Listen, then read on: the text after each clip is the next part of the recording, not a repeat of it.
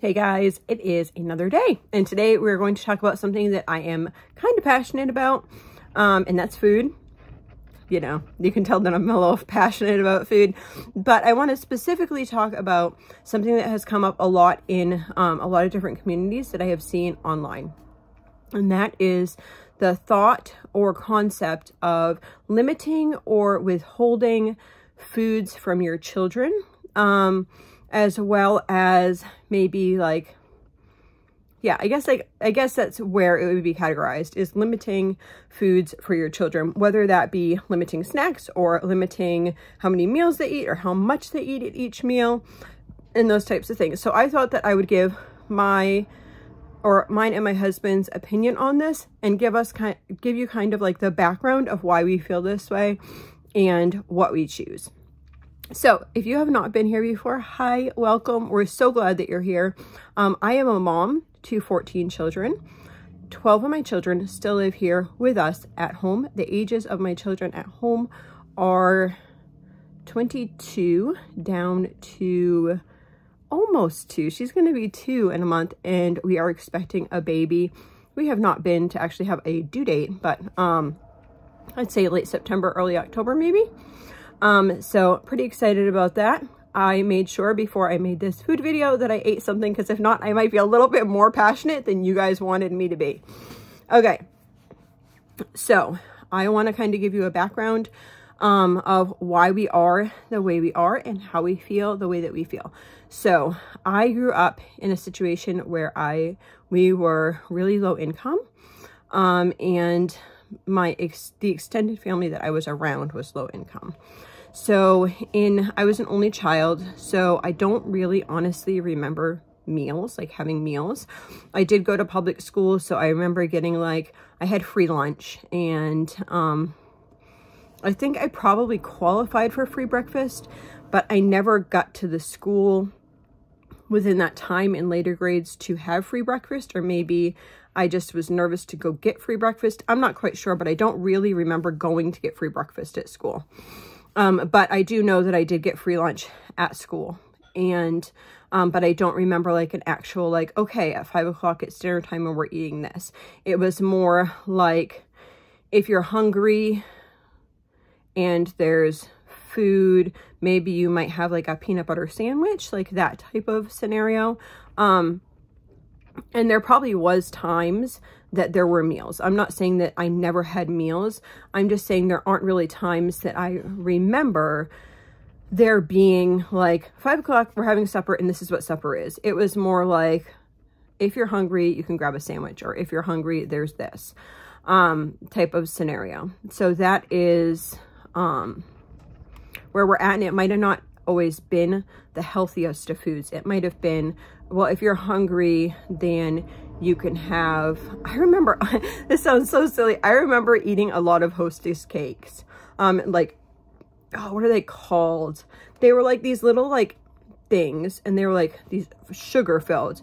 I mean, it was like, you flop it over and it had like apple in the middle, or cherry in the middle, and it was in like this crinkly type bag. I think they're called like Hostess hand pies or something like that. But I don't know, honestly, if I ate them. I do know that they were cheap. I know when I got older, I went to the grocery store a lot with my mother's paper coupon food stamps, and got some things, but I don't remember there actually being a meal plan. I don't like that type of stuff. So that is my background, where I'm coming from. Also, I do remember going to my aunt's house, and most of the time at my aunt's house, there was meals. She would make things like tacos. I remember tuna casserole, things like that. But she also was feeding quite a few people on a limited budget. She wasn't my mom. So my mother lived in subsidized housing, and we had food stamps, where my aunt was a single mom to 3 girls whose husband, I think, sometimes paid child support and sometimes didn't. I'm not really sure. I was young. I didn't really know what was going on there. She also ran a daycare, and I know that she needed the foods and stuff for the daycare as well. And I just know that there was things like that at my aunt's house. But it was limited. So it was like, okay, you're allowed to have a taco or something like that. Or this is the amount that you're having for the tuna noodle casserole. Like, you knew that you weren't gonna ask for more, right? And I think a lot of times that also, like, culturally maybe was like part of the error as well. So I don't know that it was necessarily like just her, but part of the error, because my husband, his mom did make supper. She made like goulash, and sometimes they would have like a bigger meal or something like that. He'd have cereal a lot of times for breakfast. So it was that you would have whatever meal, and you were kind of, this is what you were served and this is what you would eat. So I think that some of that's just generational type scenario. I mean, things change generation after generation. I do remember being hungry a lot. And I know that part of that was I wasn't eating healthy, nutritious foods. I know that school lunches, most of the time, I remember pizza a lot, like Elio's pizza. If y'all have not been and had like school lunches, but I do remember being hungry a lot. And I do remember my mother would usually give me something, but it wasn't something with like high nutritional value. Like, until I got married, I never really had many, or a little before I got married, I never really had vegetables. Like, I never really remember having like a salad. I think maybe I had like some sort of like Jello type salad at my aunt's house before, but there wasn't like salad and fruits and vegetables and those types of things like that you would think today. It was more like, well, there was canned corn was a huge one. Sometimes like those mixed vegetables that had like carrots and peas and potatoes, but my mother didn't like peas.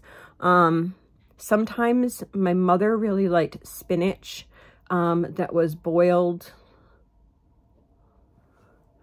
Yeah, not my thing. So there was that. And there was, like boiled hot dogs. Like, that would be something like they would just be like, oh, well, go boil a hot dog. My husband though taught me, my mom always, we boiled hot dogs, and my husband taught me that you can put hot dogs in a microwave. So you see where we are now, from that type of style, and it's totally different, right? Like, I don't even let my kids eat hot dogs. Very rarely, maybe once or twice a season, I'll buy like organic hot dogs and we'll have them out, like on a stick by the fire. Anyhow, so we're kind of passionate. I feel like we as parents should try to give our children nutritionally dense foods. That being things that you can grow are the most nutritionally dense. So items that you can grow are your vegetables, your fruits, and your meats. Excuse me.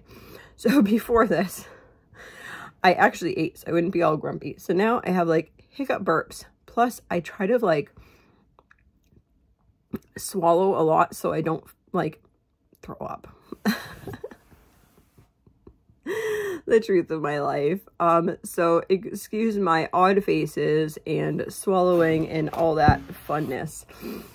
Anyhow, so I've noticed a lot of comments lately on different things saying, one was saying, there was a big long thread about this that was talking about, I don't even know if you call it a thread. I don't know.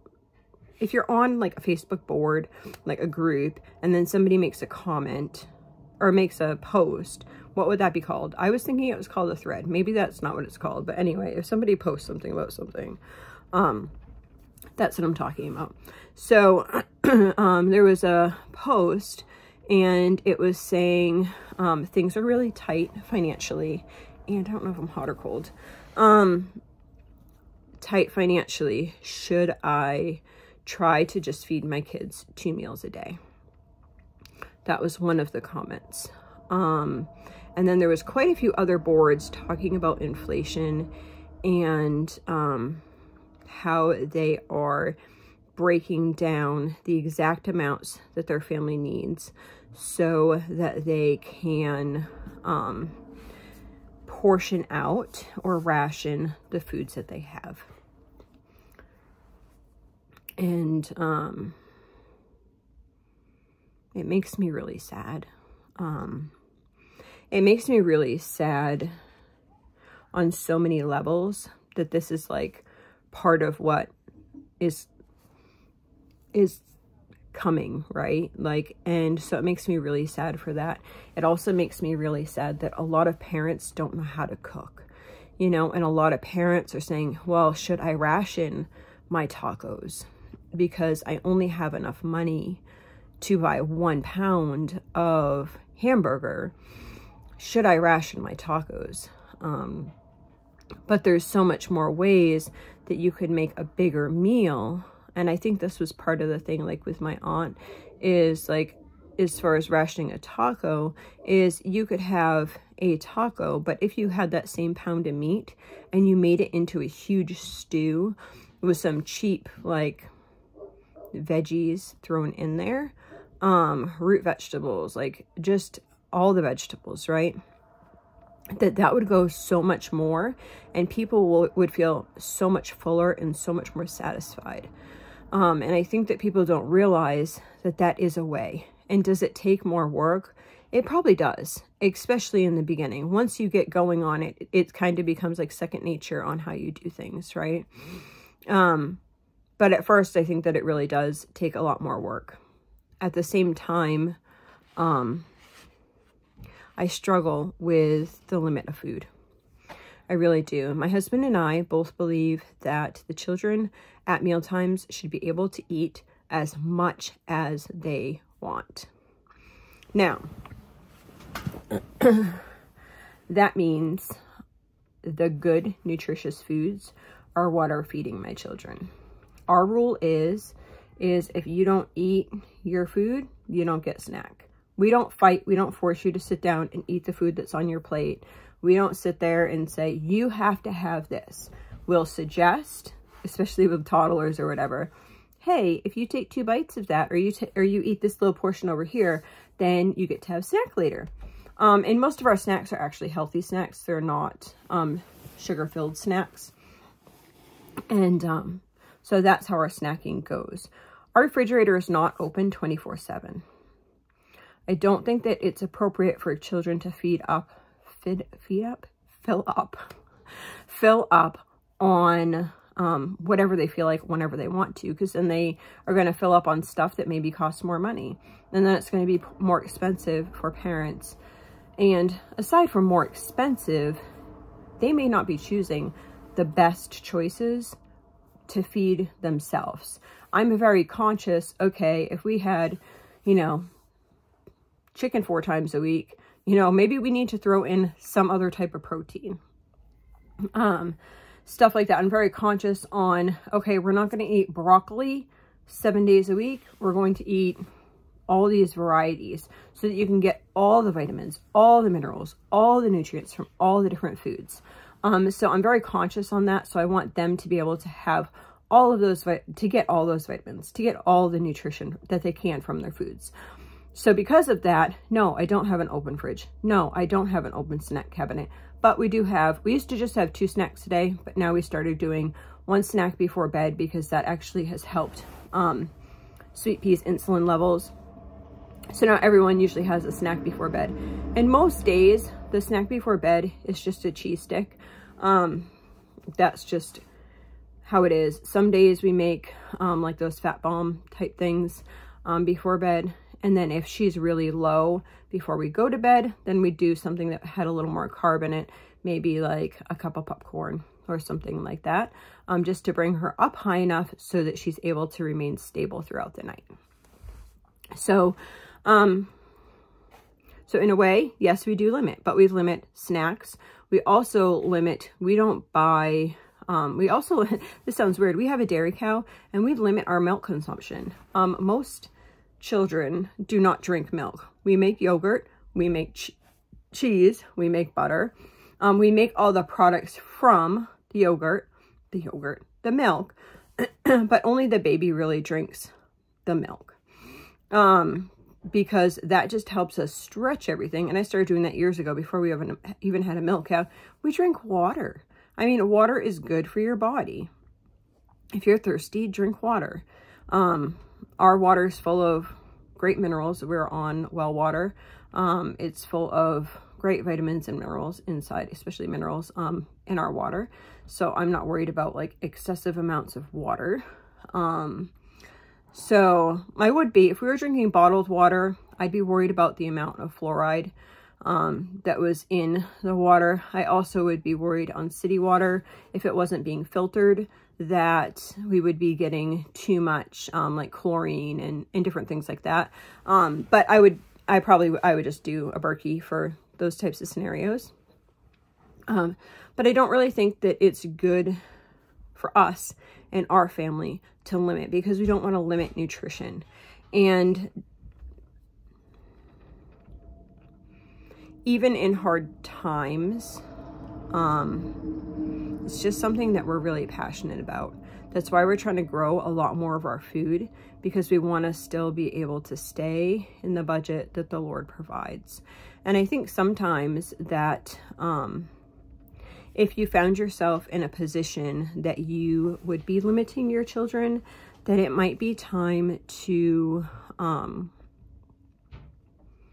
find resources, whether that's like a food pantry. And I know lots of people are going through this right now. And it's okay. It's okay to, years ago, I heard somebody say, well, there's that scripture, because they were trying not to get assistance. And they said, well, there's that scripture that says, if you don't work, you don't eat. Okay, well, are you working? Are you being productive? If the answer is yes, then for you to be getting, in my opinion, this is only my opinion, then for you to be getting a little bit of help on areas that you might need help in, that's okay. And I know things are hard for a lot of people right now. I'm seeing it all over my groups. And it's okay. If you need help, don't worry about like a stigma. Don't worry about what other people are going to think. If you need help, just go and get help so that you can feed your family. And then once you're getting help, if you want to try to think, hey, how can I get out of this situation? What's going to make things better in the long term? Then that is admirable. It's admirable for you to say, hey, I do have a yard. I'm going to plant a garden this summer, but right now, right today, if you need help and you're finding yourself saying, I need to limit how many meals my children have, or I need to limit, I'm not saying I need to limit my snacks. Yes, if you are having tight times and you need to limit your snacks, by all means, go ahead and limit your snacks. But that's not what I'm talking about. But let me just tell you, if and when you do get help, or if and when you are trying to stretch your budget, try to cook real foods. Because when you're cooking real foods, then your kids are getting nutrition, which is going to fill their bodies. If they're eating chicken nuggets, chicken patties, just a bunch of carby type foods, then, or artificial foods or anything like that, they're going to get full and then they're going to be hungry right away. I'll be honest, since I've gotten pregnant, we've just kind of been like, whoa, with our diet. But when we were eating just meat and vegetables, we started off eating a lot of meat and vegetables. But then by the end of the month of doing that, we were eating less because our bodies were actually getting all the nutrition that they were needing. So yes, at front it was a lot, but I mean, it's always a lot, right? You got 14 mouths to feed. It's always a lot, but just like in the practicality of everything. I was looking for this earlier and I didn't know where it went, and I had put it in my pocket apparently. So I guess that's just how we feel. I think it's better to make big pots of stew where your kids could have seconds. Maybe making quiches, maybe making where you can throw like everything in a quiche and cut it up and have a good day. Things like, for me, something that would be really expensive is if I let my kids have sandwiches. So if I let my kids have sandwiches, and let's say for lunch we had sandwiches and chips and a pickle. Okay, that was like our lunch. If I let my kids eat the amount until they were actually full, we would eat 3 loaves of bread, probably 2 pounds of cheese, 2 pounds of meat, and a jar of mayonnaise, and probably half of those big jars or 2 quarts of pickles. That's what we would eat at a lunchtime. That's stinking expensive. Let's talk about bread. Bread, $3 a loaf, 3 loaves. That's like a middle range type loaf. We actually, the bread we buy is $6 to $8 if I'm buying bread. I usually make whatever.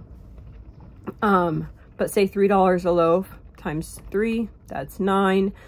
For us, per pound, meat is $9. So $9 a pound times 2, that's 18. Do you see where I'm going with this?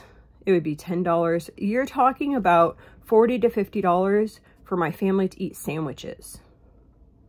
We could eat steak and mashed potatoes and broccoli. But instead we're eating sandwiches, which is probably not the best choice. I'm not saying like you can't ever eat sandwiches. I'm just saying you could make so much more. You can make it stretch so much more if you were eating different types of food. So yeah, we're kind of like, our kids are allowed to eat as much as they want to. If we have something, say we have a sourdough bread or something with, or we have rice, or we have whatever, like with, well, probably just like sourdough bread. We would suggest like their seconds would not have the bread.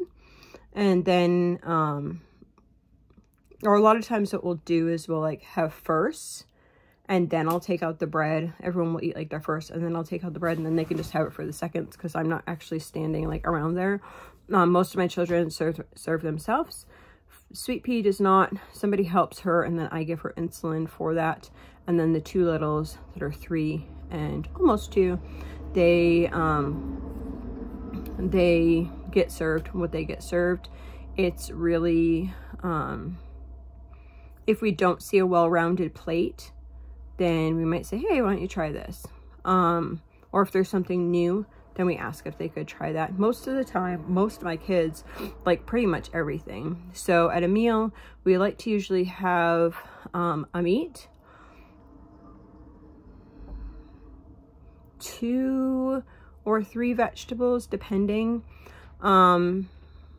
Maybe 1 starch, which would be like a potato or rice. And then we'd usually have something that was pickled, because most of that's like homegrown food. So pickled beets, pickled eggs sometimes, pickles. I have a bunch of different types of pickles. Sometimes that might be like pickled peppers or whatever, usually something pickled. And I'd like to now, I'm starting to get into, I also want to add like a ferment into that.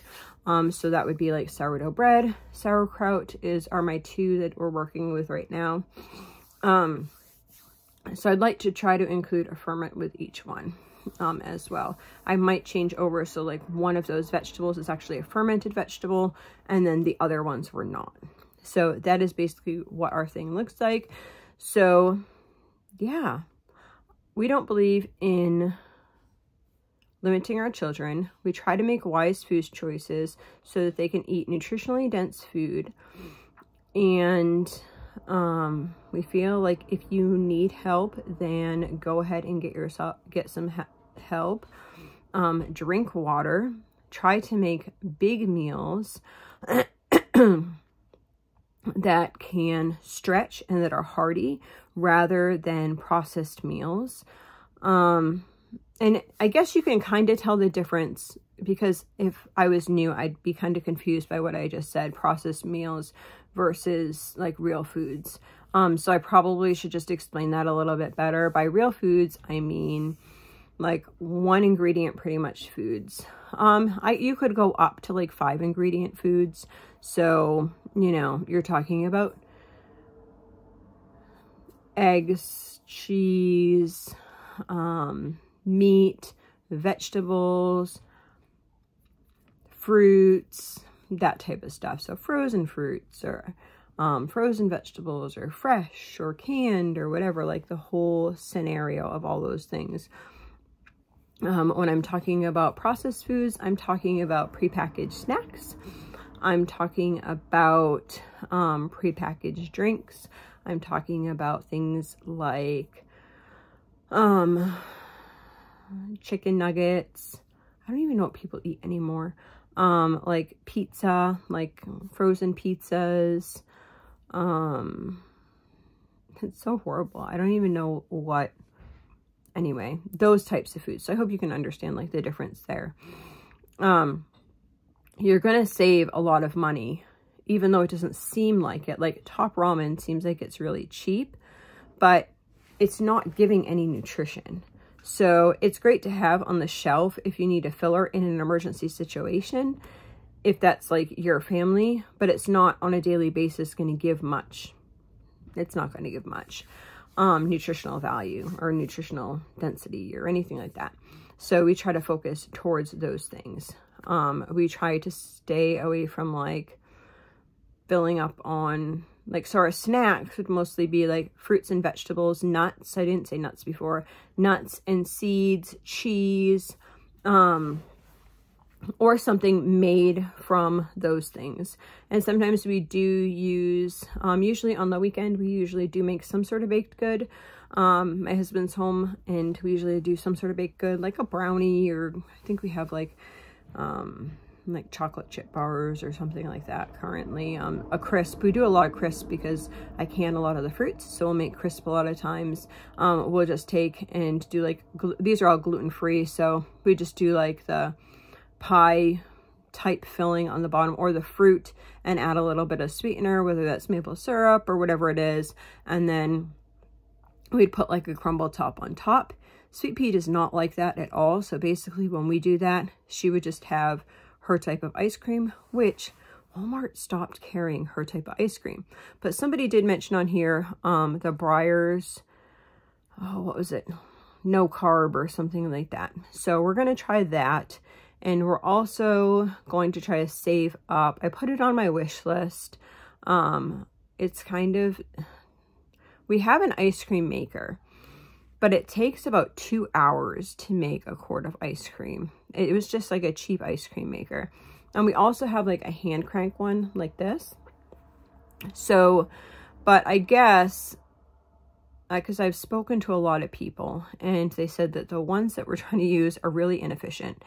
So it would be nice to eventually make ice cream from our raw milk and make it with whatever sweetener needed to be for our family. She could have like a monk fruit or something in hers, and then we could have like a maple syrup in ours, or however that might work like that. So that's kind of where we want to be with those things, but it is a good alternative right now for us and for our family. So if you guys don't know, my daughter has type 1 diabetes, so we basically try to eat low carbish type foods for health purposes, but we're not like strictly keto, we're not strictly paleo. I think they all have some great backing to them, but we're just mainly, we want to eat real food. And some of the things that I am questionable on is some of the sugar alcohols, but at this point I'm just okay with them because it doesn't affect our blood sugar. So for us, we usually have some honey or some maple syrup, and with her we use like a sugar alcohol. So that is what we're working on. People have mentioned stevia before, And I've done actually a lot of research on stevia. A few years back, I was on Trim Healthy Mama and I used stevia a lot.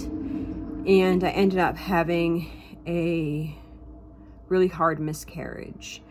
And I was looking up different things and somehow I stumbled across the fact that if you're eating a lot of stevia, it can actually cause miscarriages. I don't know if that was the case with my scenario, but I guess it can affect your hormones. So although I use it like occasionally, it's not something that I do as like a main staple. And I'm sure like a lot of those things have like side effects too, so we try to use them minimally. So that is it. If you have more questions about food, oh, somebody mentioned, I should mention this. Somebody mentioned in my video where I was showing my food storage, and she had mentioned that it was pretty sad that I had to lock up my food. So yes, I do lock up my snacks. And I also keep my medication in the same cabinet that the snacks are locked into, so it's just all together in one. And I lock up my snacks for a couple reasons. There's things that are expensive that we use for camping and we use for whatever. Those are off limits. We're not eating granola bars for snack. We have tons of other things. My kids, I'm trying to enforce that we're eating nutritionally dense foods, but kids are kids. And if there's M&Ms for an upcoming party, or there's a little bit left or whatever, and you're like in a locked bathroom, yeah, it could potentially be a, hey, that looks yummy. I also have a daughter who is type 1 diabetic. So if she gets shaky and starts feeling like she needs something, she's not going to know. She might get like, oh, I need sugar, and not know like how much sugar or how much whatever. So it just needs to be regulated. But I see absolutely nothing wrong. I used to think like, that's weird because I've seen other people say, oh, they lock up their snacks and whatever. I don't think there's anything wrong. Snacks are not a necessity. You do not need to have snacks. You need to have food that's going to feed your body. Snacking, honestly, usually does not happen for all of our family. They're offered if they want to, but as they get older, most people are just great having nice, full, nutritionally dense meals. And if you're eating those things, that's what you're craving. It's like we got out of eating sauerkraut and that type of stuff, but as soon as we start eating it again, you're going to crave that sauerkraut. At first, it's like, oh, this is, I don't know if I like this or not, but your body craves that. Your body craves those probiotics. Your body craves those fermented foods. And you're like, oh, I could eat a bunch of this. And then like a lot of times you'll eat, like sometimes kids will eat like a bunch of beets, right? And then they've got their fill, you know, like that's, they got those vitamins that their body was craving. So yes, this may be controversial. This is what works for our family.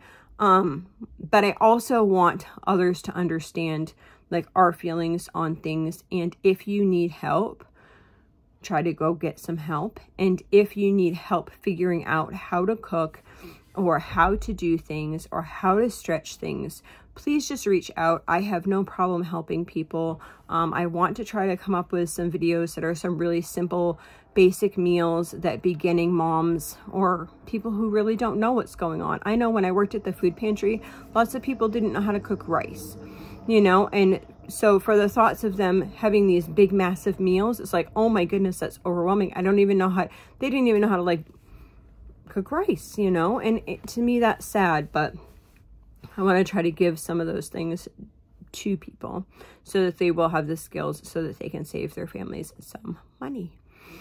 So yes, and don't think of it as, oh, it has to be like this forever and whatever.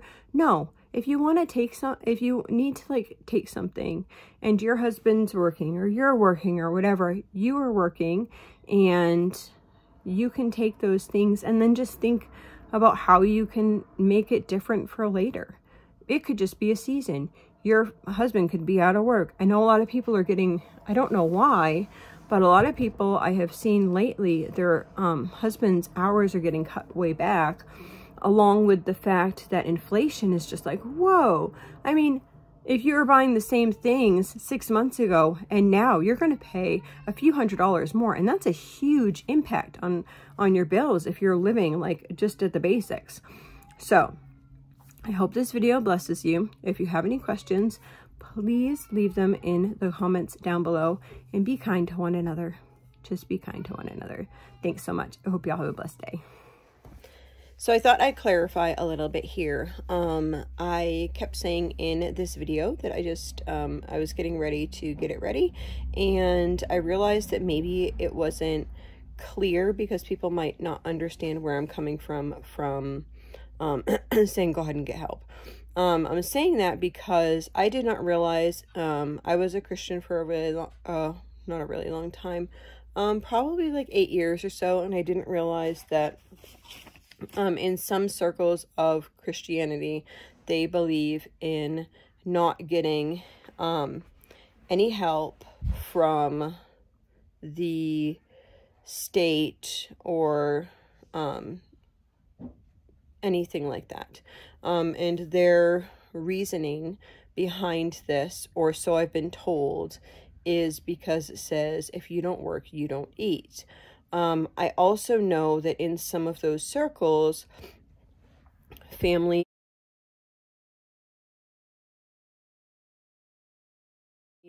are okay getting, say, state health insurance, but they won't get food stamps to help their family because, again, they feel like it says in the Bible, you don't work, you don't eat.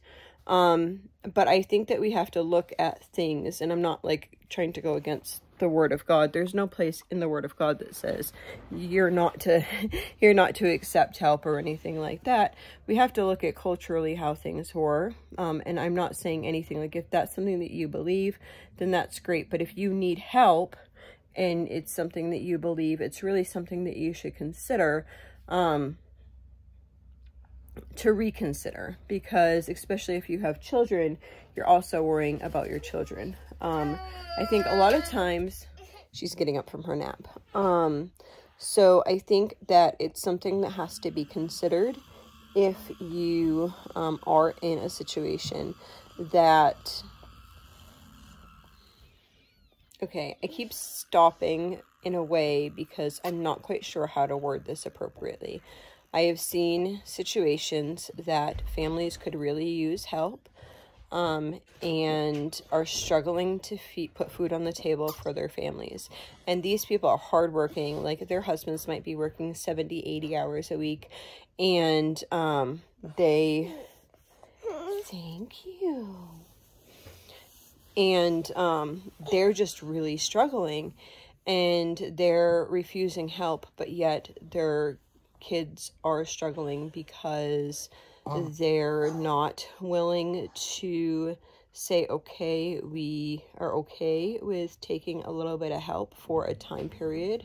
And I'm seeing that a lot lately, and I think that it's the wrong thought, because if you are working, it used to be totally different. We live in a totally different society. For instance, in biblical times, lots of families were farming or working, and they could trade, and they can do all these different things.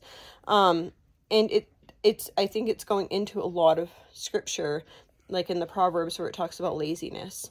And we're not talking about laziness here. We're talking about if you need a little help. Dynamics used to be totally different. There used to be generational type families that could help each other out. And for many people, that's not the case anymore. I want to be the mom that hopefully can help my children out. But it's not necessarily the case anymore that that's happening or can happen, because maybe both are, like whatever, are financially having a hard time.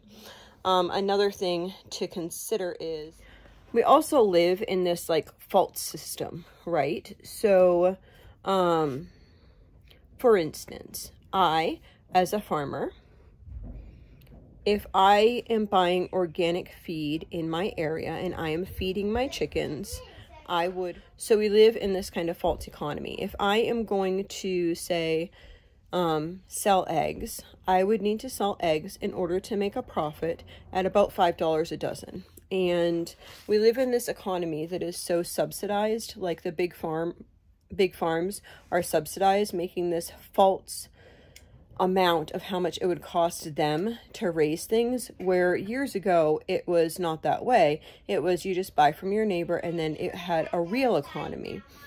Okay. And so Sweet Pea beeped and then had to come in, and that's why we kept like going back and forth.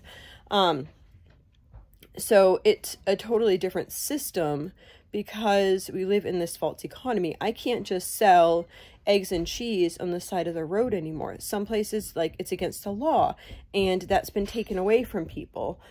Different types of income are taken away from people that might have been possible, you know, years ago. Other things is the false economy. So if people are only going to buy my eggs at $3 a dozen because that's what they feel like they're worth it, because they know they can get whatever at the grocery store, then I can't take $3 a dozen because I am not going to be making any money. And if you're buying something roadside for that price, you're probably buying it from somebody who just happens to have extra eggs. They're not actually doing the economy. They're not actually figuring out how much it costs to feed chickens and take care of chickens and make an actual profit. They're not actually doing the math of it.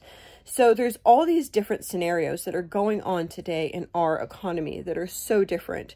So take all those things into consideration if you are in need of or are asking for help. There's lots of things that you cannot do anymore. And to explain that a little bit better, because I'm thinking probably people, unless you have heard that before, would be like, what is she talking about? And it's something that I didn't understand, and I still don't really understand. Like, I don't understand if somebody's okay with taking state health insurance, why they wouldn't be okay taking food stamps from the state. Like, to me, they're both the same thing. Not the same thing, but they're coming from basically the same source. So yeah, I think it's just a little bit different, but I did want to encourage maybe those of you who are Christians that need a little bit of help to get you by. Do not let those types of comments or those things to stop you. You really need to just think what's best for your family and pray over what's best for your family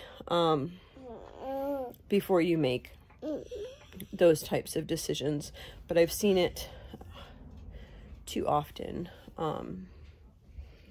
Yeah, too often where people limit things a lot because of that philosophy. Hi, she just woke up from nap. Your hair is so fluffy and beautiful.